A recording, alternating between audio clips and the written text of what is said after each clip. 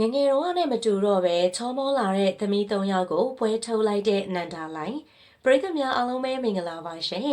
MSLE Page ကနေပြီးတော့ပြန်လည်ကြိုဆိုလိုက်ပါရယ်နန္ဒာလိုင်ကတခေတ်တစ်ခါကအနုပညာလောကမှာဆိုရင်တော့အချောမောဆုံးမင်းသမီးအဖြစ်ကြောင့်သတ်မှတ်ခံထားတာဖြစ်ပါတယ်သူတမှုထူးခြားတဲ့ချောမောမှုတွေကြောင့်မျိုးဆက်တွေဖြစ်တဲ့သားသမီးတွေကလည်းချောမောရမယ်ဆိုပြီးတော့အများအလိုလျောက်သတ်မှတ်ပေးထားကြတာဖြစ်ပါတယ်နန္ဒာလိုင်ကကိုစီတီဟာနဲ့လက်ထပ်ပြီးတဲ့အချိန်မှာသမီး၃ယောက်ရရှိခဲ့တာဖြစ်ပါတယ်။သမီးကြီး၃ယောက်ဖြစ်တဲ့အတွက်ပရိသတ်တီကလည်းနန္ဒာလိုင်ရဲ့ခြေရာကိုနင်းမဲ့သမီးကျော်လေးတွေဖြစ်မယ်ဆိုပြီးတော့စိတ်ဝင်စားကြပါတယ်။ဒါပေမဲ့နန္ဒာလိုင်ရဲ့သမီးငယ်တွေက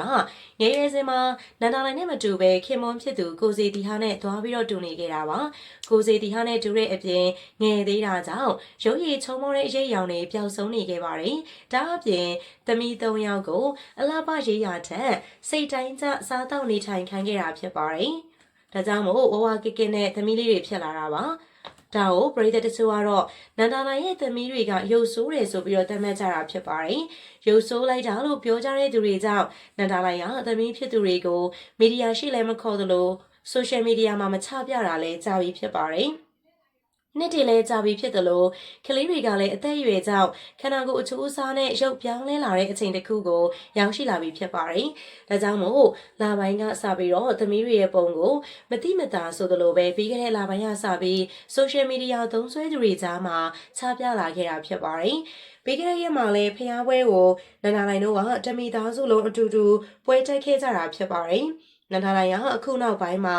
အေးဆေးနေကြတာကြောင့်ပွဲတက်တာတွေလည်းရှားပါတယ်။ပြီးခဲ့တဲ့ရက်မှာတော့တမီသားစုလုံးစင်တူဝစ်စုံလေးတွေနဲ့ပွဲတက်ခဲ့ကြတာဖြစ်ပါတယ်။နန္ဒာလိုင်ကသမီး၃ယောက်နဲ့အတူတူမုံဝစ်စုံလေးတွေဝစ်ပြီးတော့ပွဲတက်ခဲ့ကြတာပါ။နန္ဒာလိုင်ရဲ့သမီးတွေကတော်တော်လေးကိုအရွယ်ရောက်လာကြပြီဖြစ်ပါတယ်။သမီးအကြီးဆုံးဆိုရင်နန္ဒာလိုင်နဲ့ရွယ်တူလို့တောင်မှပြောလို့ရလာပြီဖြစ်ပါတယ်။သမီးအလန့်နဲ့အငယ်လေးရလည်းဆယ်ကျော်တဲ့အရွယ်လေးတွေကိုရောက်ရှိလာပြီဖြစ်ပါတယ်။သမီး၃ယောက်လုံးအရင်လိုဝကိကလေးတွေမဟုတ်တော့ပဲခန္ဓာကိုယ်လည်းစစ်သွားကြပါတယ်။ဒါအပြင်နန္ဒာလိုင်ရဲ့သွေးလည်းအပြည့်ရထားတာမို့လှရိပ်လေးတွေတန်းစားပြူလာပြီဖြစ်ပါတယ်။အရင်လိုရုပ်ဆိုးရလို့ဝေဖန်ခံရမယ့်အခြေအနေမဟုတ်တာကြောင့်လဲနန္ဒာလိုင်က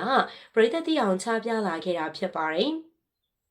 နန္ဒာလိုင်ရဲ့သမီး၃ယောက်ကအနုပညာအလုပ်လဲစိတ်မဝင်စားသလိုအလှပရေးရလဲဝါသနာမပါပါဘူးလွတ်လွတ်လပ်လပ်နေရတာကိုဒါကြိုက်ကြတာဖြစ်ပါတယ်အကြီးဆုံးသမီးကတော့နန္ဒာလိုင်လိုတရုပ်ဆောင်တယောက်လို့ဖို့ဝါသနာမပါပေမဲ့အနုပညာနဲ့မကင်းတဲ့ပုံဆွဲတာကိုဝါသနာကြီးပါတယ်ငငယ်ကလေးကပုံတွေဆွဲနေကြတာဖြစ်ပြီးတော့အခုဆိုရင်နိုင်ငံခြား website မှာတောင်ပုံတွေကိုဒေါ်လာနဲ့တင်ရောင်းနေပြီဖြစ်ပါတယ်ဒါအပြင်စံတရားတီးတာကိုလည်းတော်တော်လေးဝါသနာပါတာပါသမီး၃ယောက်လုံးက